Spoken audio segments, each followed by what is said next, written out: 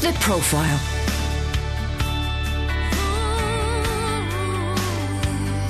You're listening to Premier Christian Radio.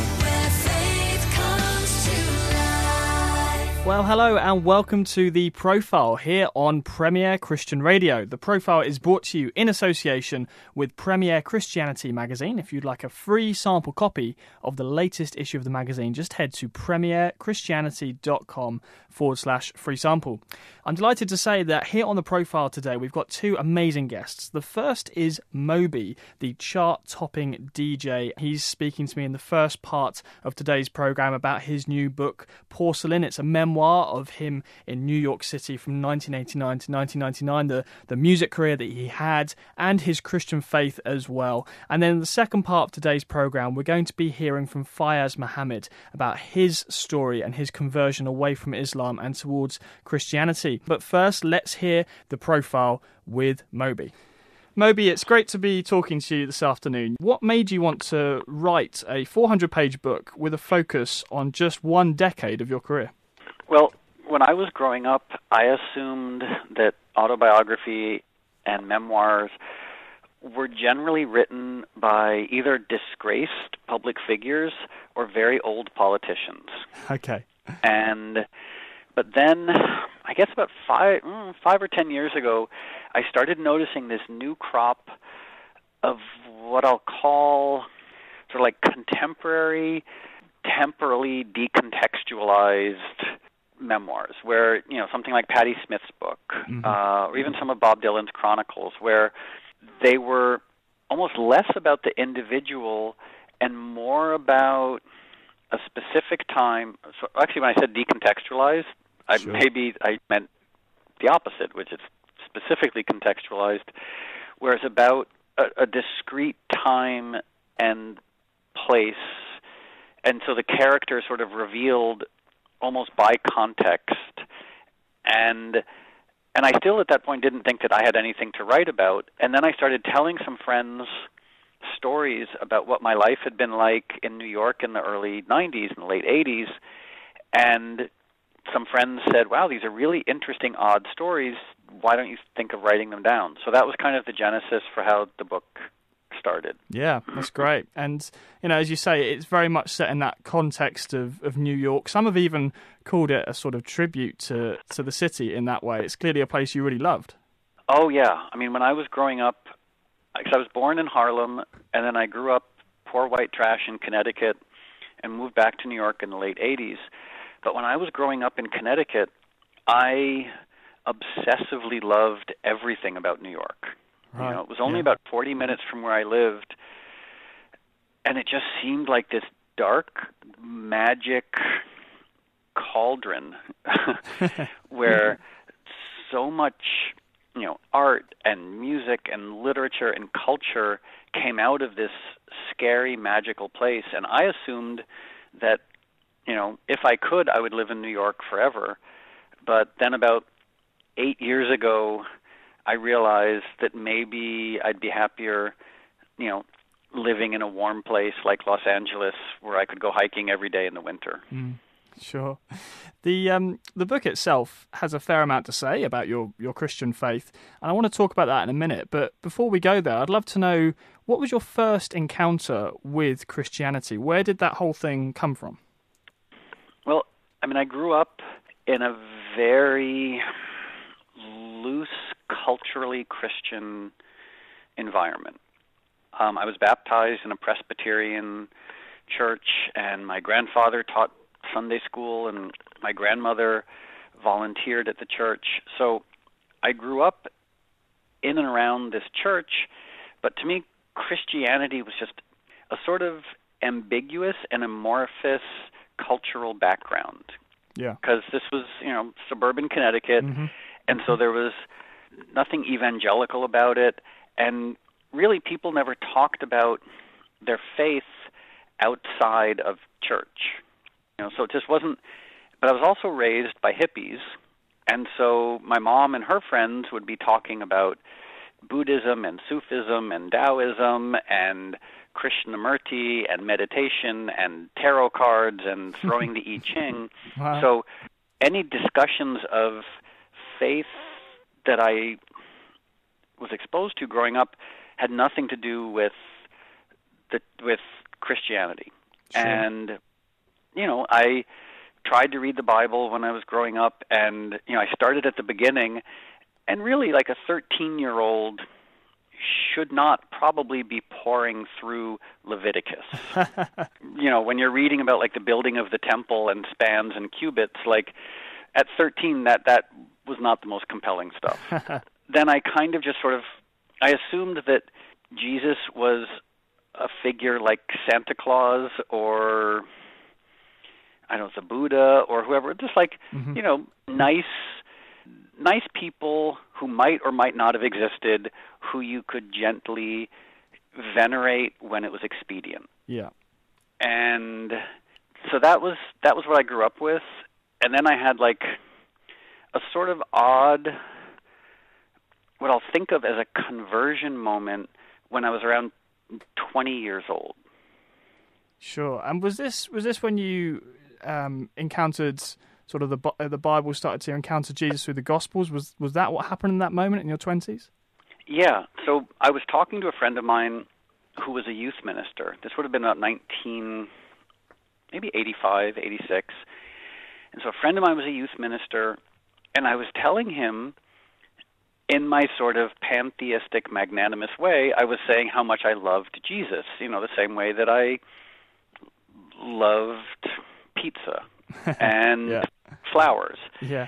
And my friend said, if you're going to have an opinion about Jesus, you might just want to read the New Testament to know what you're actually talking about.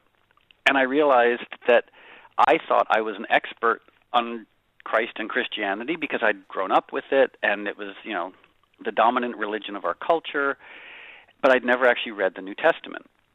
So one day I sat down and I started reading the Gospels, and I was stunned to find that the character of Christ in the Gospels was so different from what I'd assumed it was going to be. I thought that Christ and, the teachings of Christ were basically going to be like the teachings of Santa Claus. Mm-hmm. Like someone saying, everything's okay, don't worry, you're doing great, just try to be nice to squirrels occasionally, Sure, yeah. And instead, I encountered a level of harshness that I hadn't been expecting, and a level of, I'm trying to think of the right way to describe it, but just like a level of severity that I hadn't been expecting. And then I read, I think it's in Luke, when it's after, I still don't fully know what these things are called. I think it's after the Beatitudes. Uh-huh. And Jesus says, take my yoke upon you and learn from me, for I'm lowly and humble in spirit, and with me you'll find rest for your souls. Yeah. And something about that really clicked with me. And I sort of thought, I was like, okay, I guess that means I'm a Christian now. Right. And from that, and I'm assuming you and maybe anyone reading this will then relate to this next part where I had to realize what that meant. I was like, okay, so I'm a Christian, so what do I do? Yeah. And what does that mean? And so I started going to church. I started teaching Bible study. I started going on Christian retreats. And sometimes that worked, and sometimes it made me very uncomfortable. Mm-hmm. And then time passed, and I found myself sort of deconstructing my faith and saying, to what extent do my beliefs reflect ostensibly the thing in which I believe, and to what extent are they just an expression of me and my, shortcomings and idiosyncrasies? Yeah, sure. There's this amazing moment in the book where I think you actually describe yourself as being, at this point, a bit of a judgmental Christian. And you talk about preparing to lead a Bible study on the Sermon on the Mount where Jesus says, blessed are the poor. And you write about feeling smug because you're poor. At this point, you're actually living in an abandoned factory. And you talk about sort of smugly going to this Bible study in a rich area of town, and you're sort of there to judge the children of the wealthy. But it's an amazing story because you kind of realise partway through the kind of problem here on your own attitude. Would you like to sort of unpack the story? It's a really interesting one. Yeah, I mean, I was making around $2,000 a year, and I was living in this abandoned factory in a cracked neighborhood, and I had no running water and no bathroom, and I was teaching Bible study at the home of a very, very wealthy business person. And I don't know if this is true for everyone, but it's really easy for me to lapse into smug judgmentalism. Yeah. Regardless of whether we're talking about politics or diet or Sure, yeah. Spirituality, like it's one of my big shortcomings is really finding it far too easy to fall into that smug judgmentalism. So I was getting ready to teach Bible study, and I was going to be smug and critical and judgmental of all these rich people. And then I sat down, getting ready to be smug and judgmental. Or actually, I already was smug and judgmental. I was just getting ready to visit it upon people. And the mom who lived in this house had bought me some vegan cookies. Okay. And I remember I looked down and I thought, oh, I had this little tiny thought, and I was like, oh, that's God. Like, that's grace. Yeah. Like, and, the wonderful quote of, I desire mercy and not sacrifice. Mm-hmm. Yeah. And it made me think, of some of the powerful stories in the New Testament where, Jesus is talking about the tax collector going to church and standing in the back, or going to temple and standing in the back and being so humble and unwilling to approach the front of the temple. And Jesus saying, like, that's your person of faith, not the religious leader, not the smug, arrogant, judgmental person at the front of the church. It's the humble, and really that's like a subtext, I think, of the Gospels. Mm-hmm. Is like the humble and the unexpected is what's generally representative of grace. Yeah, that's amazing. And it's interesting because around this kind of time, you are clearly incredibly passionate about your faith. You're teaching Bible study. You're very open in the book. You talk about sleeping with your girlfriend and then immediately afterwards praying and asking for forgiveness, really determined to sort of walk this particular path. But then as the book goes on, of course, things start to change as well. And it seems perhaps by the end of the book, your Christian faith has taken a bit of a back seat. I don't know if you'd say that's a fair assessment. Did faith take a back seat at some point in your life? It both did and didn't. It all goes back to that original moment of, like, what I'll call my conversion. And in a way, nothing has changed from then except for the way in which I inhabit it, and the way in which I approach it with sort of humility or arrogance, or flexibility or rigidity. And I found that in my early Christian days, I was incredibly dogmatic and rigid. And then time passed, and I realized that my dogma and my rigidity said everything about me, and my insecurities and my desire to impose rigidity and structure on things. But it really didn't express my understanding of God and of Jesus. When I was judging other people, when I was being smug, when I was being dogmatic, like, that had nothing to do with the nature of God. Mm. It had everything to do with me being just insecure and finding comfort in dogma and judgment. Yeah.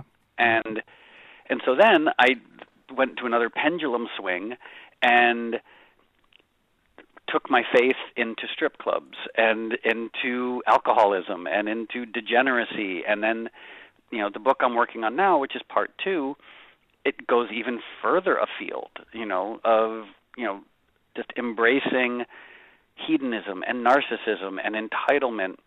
And luckily, the degeneracy, narcissism, hedonism, entitlement, luckily none of it worked out, but then the constant is this odd concept of grace. Mm.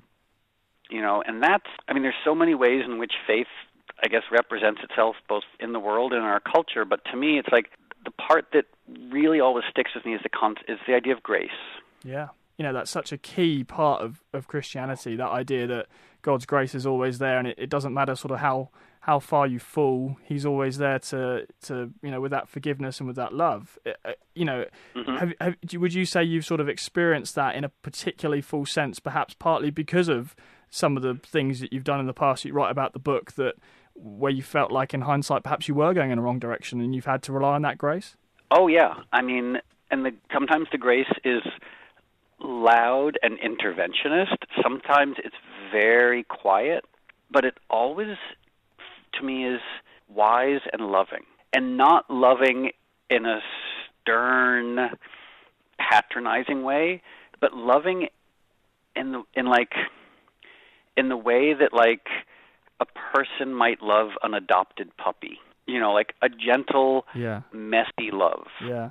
Not a sort of like stern, go before the throne, rigid sort of way, but like, think of, if we assume that God is the architect of all things, is present when cells combine in the womb, and is present when people have the messiest experiences of their lives.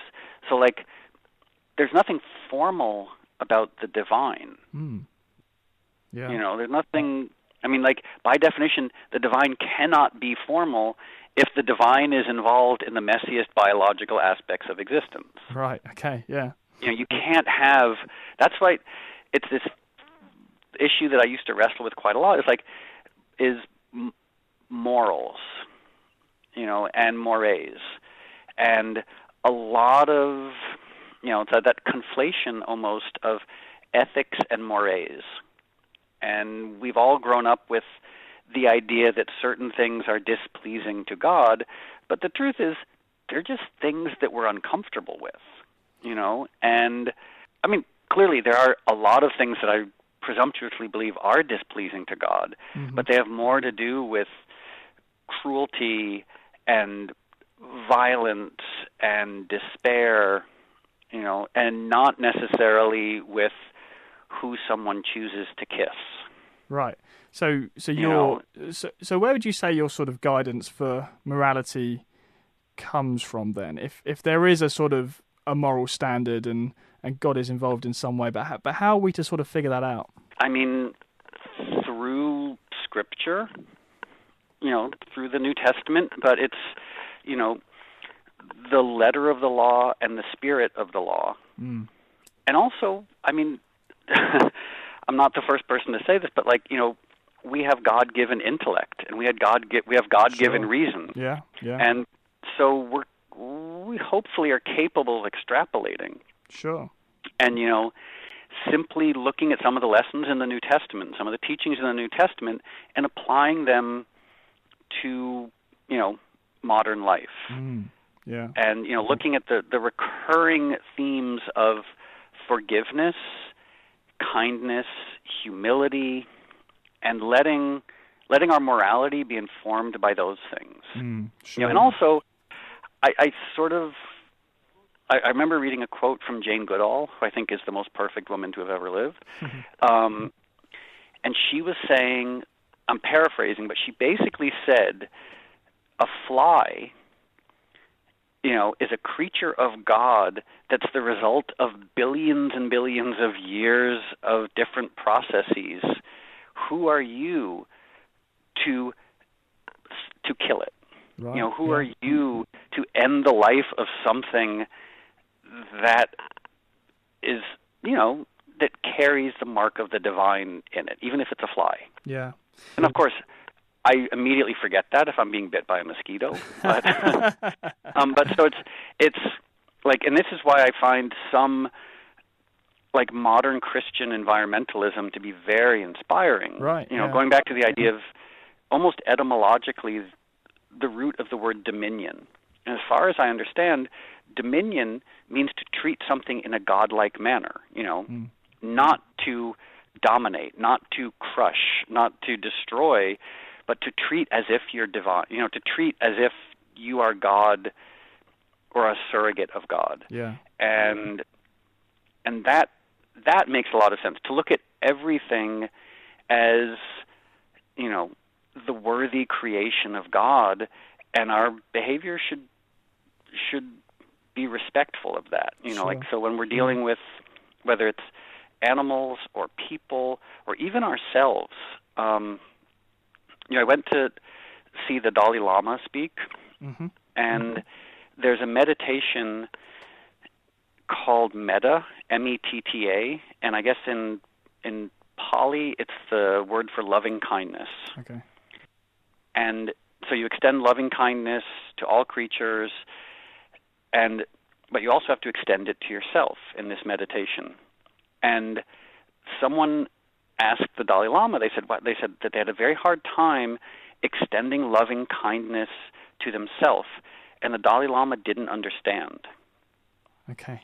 And it seemed like a big distinction between like Western and Eastern thought, where like those of us in the West, like, we're really good at treating ourselves worse than we would treat other people. And I think sometimes we have to remember, like, just as everyone else and everything else is a creature of God, like, so are you, so am I, and like, why wouldn't I extend the same kindness and respect to myself that I extend to the rest of God's creation? Yeah. I'm pleased you brought that in, because I wanted to ask you about your work with animal rights, and of course you're very famously a vegan, and I think you've in fact opened your own vegan restaurant in LA, so congrats on that as well. Where does your Christian faith play into that? Because it's very interesting in the book, although at times it seems that your Christian faith may be taking a bit of a back seat, and then also your relationship with alcohol is quite up and down. But the importance of animal rights and you being a vegan, that seems pretty consistent. Yeah, I mean, the only two constants in my life have been music and veganism. I've been a vegan for 29 years now, and if I put it in a Christian context, I mean, there's as we both know, you can use the Bible to justify a lot of different things. Yeah, absolutely. I mean, especially the Old Testament, like, a lot of stuff happens in the Old Testament. Like, there's some gnarly stuff that you could justify based on biblical precedent. Of course. Yeah, of course. But, like, I think of that scene when Saul, I forget who he's at war with, but he goes to war with this tribe and he only kills the men.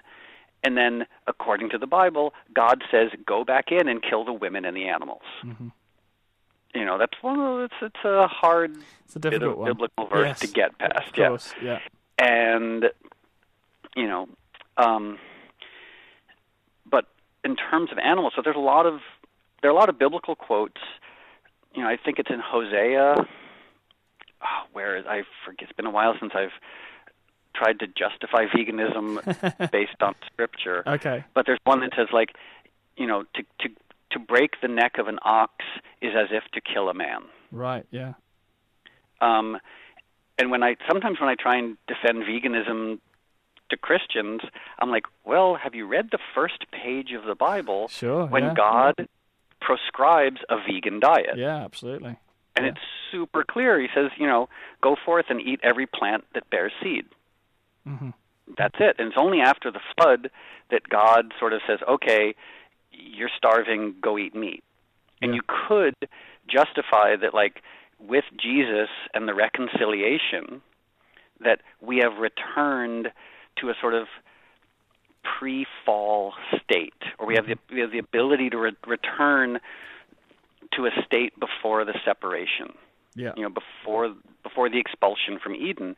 And the diet before the expulsion from Eden, according to Genesis, is 100% vegan. Right, sure.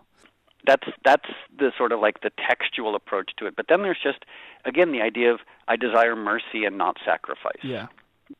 And I feel like I'd rather err on the side of extending compassion and extending kindness than withholding it. Yeah, makes sense. You mentioned a moment ago that the two constants in your life, music and veganism. And on the music side of things, I'd love to know about some of the ways your faith may or may not have influenced your music. I mean, you have written songs which have very Christian titles, for example, The Spirit Hovering Over the Water. Are there moments where your songs are like prayers, or is there a spiritual element behind some of this, or should people not think of your music in that way? Very much so. But I guess it's that question that a lot of us have wrestled with, the idea of Christ and Christianity. We can almost call that like, not to be glib, but it's, the brand of Christianity. Yeah, of course. And I'm very much a part of that, but I'm also very interested in like just the workings of the divine, the nature of the divine, and the nature of the human condition.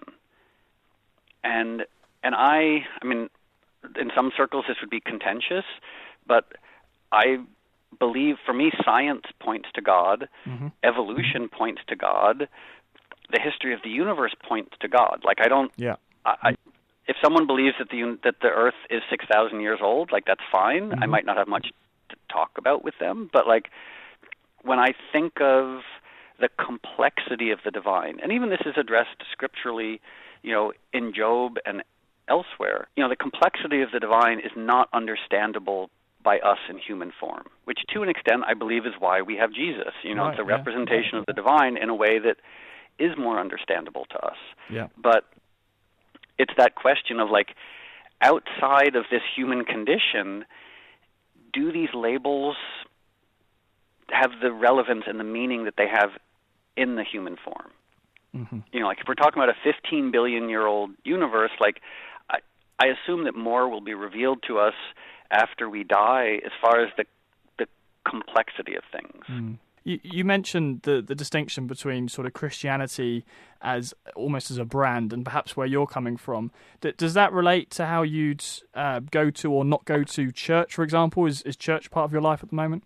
It is in a weird way. I mean, I'm a sober alcoholic, so I spend a lot of time in church, but usually it's in the basement with other alcoholics. Sure, yeah. And in a way, it's very hard for me to generalize about the concept of Christianity because it means such wildly divergent things to so many people. Like if you took a Russian Orthodox and a Southern Baptist snake handler and an Anglican and an Ethiopian Anglican and someone, and put them in a room and ask them to agree on things, they'd probably have a huge fist fight. Of course. So the Christianity that resonates the most with me is the Christianity that seems to reflect, that concept of grace and forgiveness and humility and the Christians who are humbly taking care of the sick and the Christians who are humbly visiting people in prisons.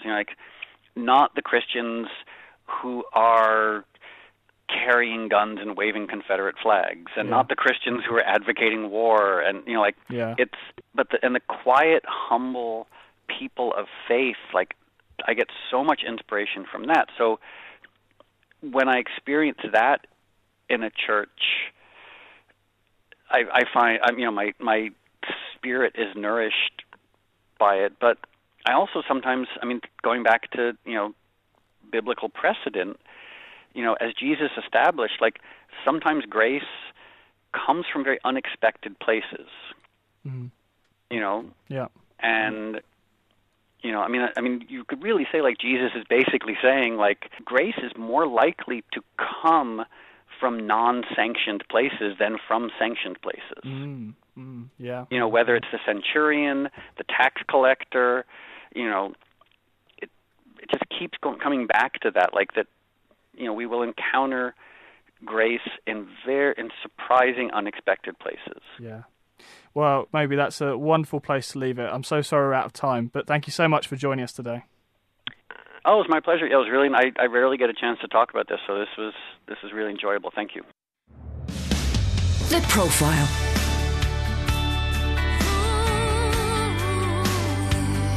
You're listening to Premier Christian Radio. Hello and welcome to The Profile here on Premier Christian Radio with me, Sam Hales.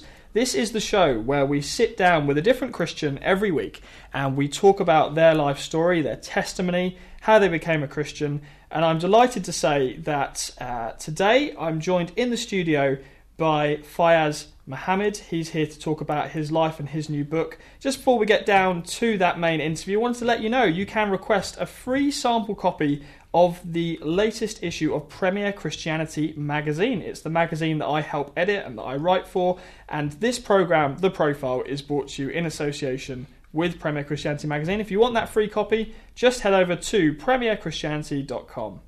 Now today, as I just mentioned, I'm speaking to Fyaz Mohammed. He's the author of Letting Love Win. I'm delighted to say he joins me in the studio now, so welcome along. Thank you for having me. This book, Letting Love Win, I've already had a read of it, and it's a really gripping story and account of your testimony of how you went from being a Muslim to a Christian. I'd love to talk a bit of your story. Do you want to start just by telling us a bit about life growing up? You grew up in the north of England. Your family had moved here from Pakistan, and you were brought up as a Muslim. And you say in the book you felt very different. Do you want to unpack that a bit? Yeah, from an early age, as far as I can remember, 5 years old, I just felt the odd one out of the family in terms of my intellect and in terms of my empathy with others and in terms of my observation that I was able to have at that age. Yeah, we were part of the first lot of immigrants that came into the country, and we were as a product of that. And in terms of what we went through with the white people, for example, racism on the street was quite horrendous. Daily abuse from the whites, where window smashing, paint on our door, and human excrement sort of left in our areas, and this was a daily part of our life, and this is what I grew up with. Yeah, it really, awful accounts that racism that you experienced yourself, and at home things weren't easy either with your own mother and your family situation. Can you explain some of that? Yeah, at an early age, due to the horrendous experience that we were having, my father was afraid to leave his wife, his kids alone in the house during the night, because to earn extra income he worked during the night. So what he did was he got a relative to come and stay at the house, and he got him the job at his mill during the day. So he was at the house during the night, and it was this that then started. My mum had an affair with this man, and I was exposed to that at an early age, probably about six or seven. I watched my mum having sex with this man at an early age. I didn't understand the act itself, but I knew it was wrong. I can remember clenching my little fists with anger towards my mum and this man, and it was hard. It was tough. You talk as well about this being an abusive environment. Why is that the case? My mum hated having daughters. She just literally hated having daughters, and the first child that she ever had was a daughter in Pakistan. Subsequently, she was also ill-treated and died at the age of 2 years old. My mum came to England, obviously, with my father, and she went on to having two more daughters. One of them was, mentally handicapped, and the abuse started with her as well. At first, it was just shouts. I think my sister must have seen about the abuse must have started about when she was about 4. At first, it was shouts, and she used to grab her, from the throat. Wasn't anything, major, but that's where it started from. When we moved into another town, away from the racist abuse, into a town that had a large Muslim community, the abuse then escalated. As my sister got older, she was much more difficult to cope with in terms of wetting herself and things like that. And my other sister, who was older than her, then took up on the role of being a mother to her, because my mum refused to have anything to do with her. She kept her in the cellar on a wooden chair, And I know that if I had to sit on a wooden chair all day, it would hurt me. And you have this child who was handicapped, and every human being longs for that human interaction and the love and the hugs. And my sister didn't have any of that. She was kept in the cellar, and I know her frustrations hearing us upstairs, and she was alone downstairs. And I think this aggravated her mental state. My mum routinely used to go down and beat her, so you had blood from her nose, her head, her mouth. And I remember my mum used to come up exhausted after handing out the beatings, and she used to tell my sister to go downstairs and clean up the mess. And I had to go through that every single day. As I says, I was the odd one out, and I was the closest to my sister. I loved her, I doted on her, and I slept in the same bed with her. She was my baby sister. I used to hug her, kiss her. I loved her a lot. And having to go through that abuse wasn't easy for me.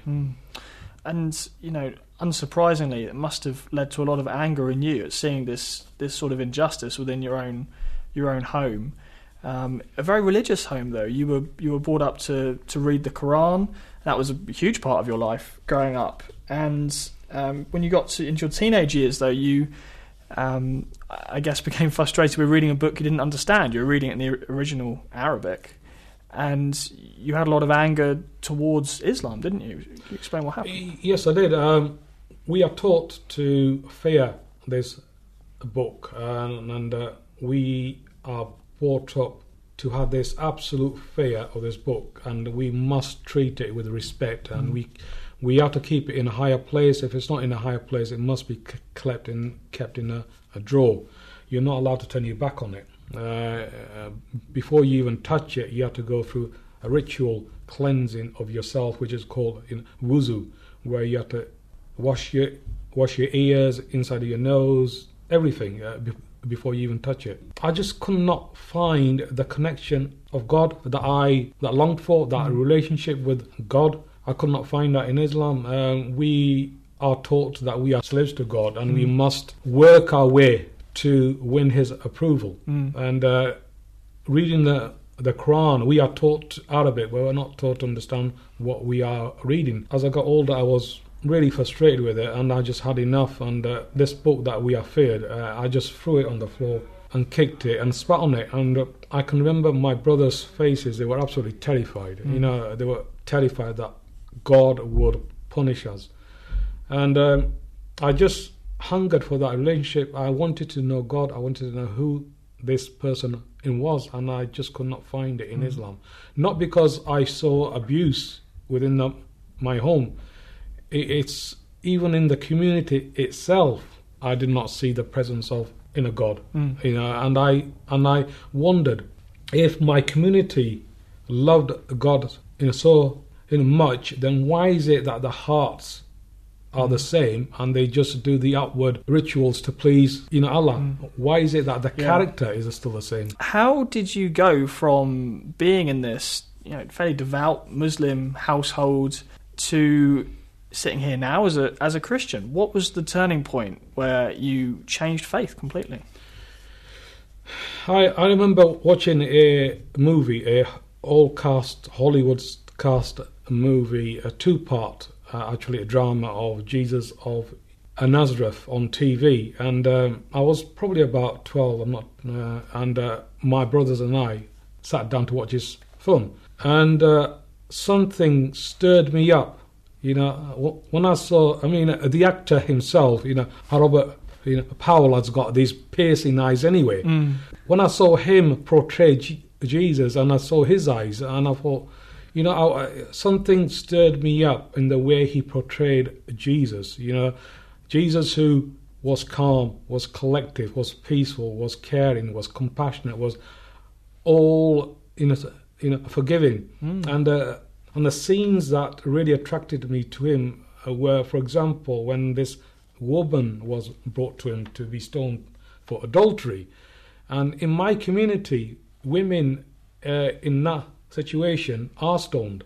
Right. And when I saw Jesus turn around and say, "He who is without sin cast the first stone," calmly, that really struck a chord. It just blew me away. And what even struck me even further, that he gently went over to the woman and he says, "Where are your accusers?" And he says, "Go and sin no more." He was gentle with her, and the way he was able to drive a demon out of a boy and heal the lame and raise the dead, and yet he hung on the cross saying, "Father, forgive them, for they do not know what they do."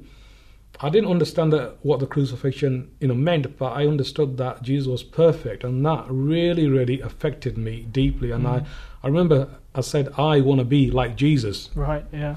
Yeah, and to answer your questions, later on in my years, in my teen, I just prayed to Allah. I says, "Allah, if Islam is the true path, then show me. If it's not, then you need to show me what is."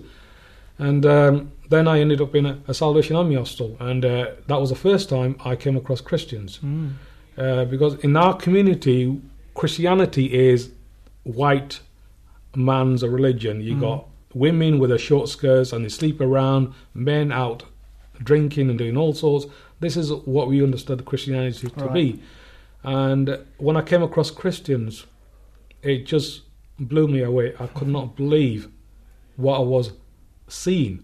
I saw compassion, I saw the love, I saw forgiveness. And the striking thing that I saw in Christians was this, that Christians controlled their tongues, that I never heard them swear or curse or talk about other people in a horrible way.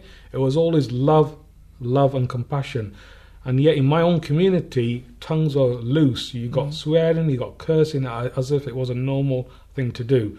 And yet when I saw Christians, I immediately had a flashback at the movie about Jesus. I thought, my goodness, these people are actually acting out what Jesus did and taught.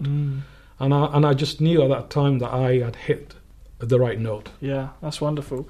And the book obviously goes into great detail about your whole journey, but perhaps just to pick out a couple of themes from it and try and draw some of this together. Your journey of becoming a Christian, it wasn't necessarily straightforward or easy, and we've already mentioned some of your difficult family background, and I wondered if you wanted to expand a bit on those two things, on how there was a real journey in becoming a Christian and how that related to your family, and perhaps where you are now with that difficult family situation in your past. What does the future look like? Yes, it was a difficult process that I went through, and the reason for that is I had Jesus in my head, but I didn't have him in my heart. Right. I needed to have that born again experience that Jesus speaks about. You must be born again of the Spirit. So that process I went through, and I had a lot of hate towards my mum, a lot of hate. All I wanted to do is kill her. That was my whole agenda. The emotion, the hate is to kill her. And so it was a roller coaster ride until I actually was in a situation. I was in a pit, and I just cried out to Jesus. I said, "Jesus, I messed up. Please come into my life. I want to know you personally. I want to know you. And it was that moment, on that day, I went to bed and I woke up and I was a complete different person. And when I opened up the Bible, it was like having a new toy. It was alive. It wasn't a book, a religious book. I was absolutely amazed. The words jumped out at me, and they were real. They were as if I was in the story. And things challenged me as well. That my hatred towards my mum, for example, what it says in the scriptures, God says, "If you do not forgive, I will not forgive you." Yeah.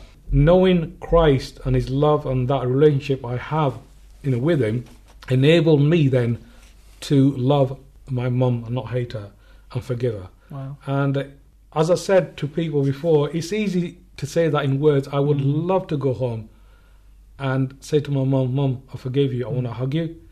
And my mum, sort of knowing that her son that hated her is now reaching out to her, I think it would touch her. Yeah. Yeah. Have you been able to do that?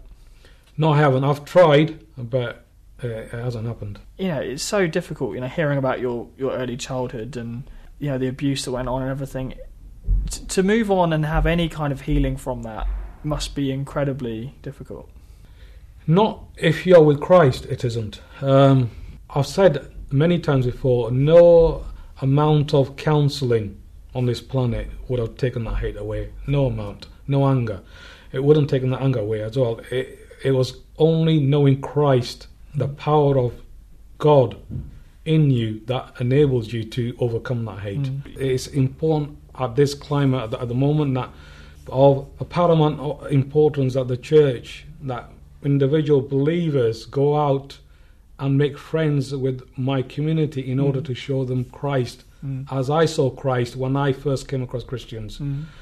And it's equally important for me, as you know, I went and spoke at the EDL protest after the killing of Lee in Rigby. I went there and I openly challenged their behaviour, towards my community, and I was received, with open arms. They actually shook my hand and appreciated my honesty. However, yes, there are elements within the crowd who are racist, who are far right.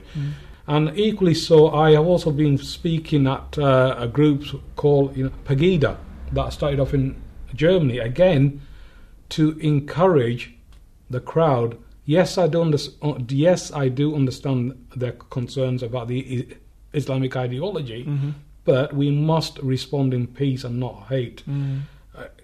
Regarding the grooming gangs, the white community have got a lot of anger of what's happened. Men from my community that have groomed white girls and exploited them, etc. I can understand their anger, because if a group of white men did the same to girls from my community would also be angry and hold protests as well.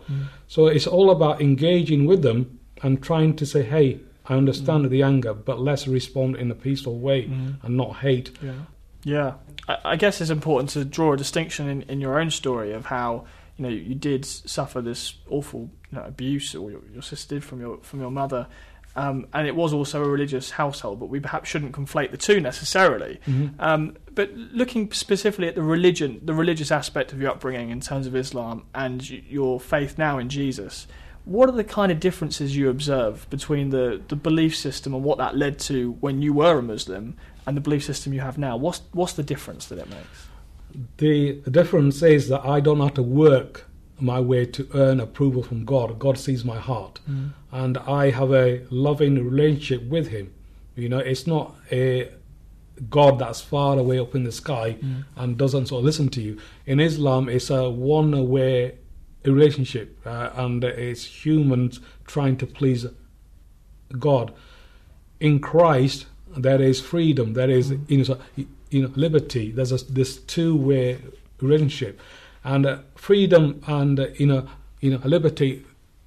It doesn't mean that I can do whatever I want because I'm a Christian. I can go out and do horrible things. When you know Christ, the core character of God is love. When you are connected with that love, the rest flows out automatically, which is compassion, which is love, and forgiveness. And can I just say that I don't want to be sounding that I am against my people, Muslims, because all too often I hear a lot of hate towards my community. People say that Islam ought to be banned, the Quran ought to be banned, and I stand against that because our Muslims have the right to practice Islam under Article 18, and I will defend anyone's right to convert to Islam and practice it, as I would defend the rights of people that want to leave Islam. So just finally then, for someone who's listening to this and they're a Christian, maybe they don't have any Muslim friends, and maybe actually, if they're honest, they're a little bit scared of making a Muslim friend, perhaps a little bit scared of Islam. What's your message to those Christians who don't currently have any contact with Muslims, but they believe in the gospel, they want to share their faith? What's your message to them? Love is a very strong emotion. My community loves people to go up to them and say, we care about you. And that's most, a powerful thing that any Christian can do. We don't have to go and preach to them. You don't have to have a PhD on how to love. Just go out and love them. And if we do that, it is only through our love and our compassion and personal friendships that my community will see Christ in you. That's wonderful. Fyaz Mohammed, thank you so much for joining us. Thank you for having me. Well, there you go. That was my interview with Fyaz Mohammed. He is the author of Letting Love Win. That's his biography, his story. Really remarkable book. Do encourage you to get hold of it when it releases. It's going to be published by Authentic very soon. It's called Letting Love Win by Fyaz Mohammed. And great as well to hear from Moby, the chart-topping DJ, about some of his Christian faith and his thoughts. If you'd like to read that interview in full, you can actually get a hold of the latest copy of Premier Christianity magazine. It's our April issue. It's out now. The cover story is about fake news. And if you go to premierchristianity.com/free sample, you can request a free sample copy of that issue of the magazine, so you can read about Moby and read some of the other great content we've got this month. Well, that's sadly all we've got time for today here on The Profile on Premier Christian Radio. I'm Sam Hales, and it's been wonderful to be with you. Time to pass over now to Dave Rose for the very best of Premier this week in Premier Playback.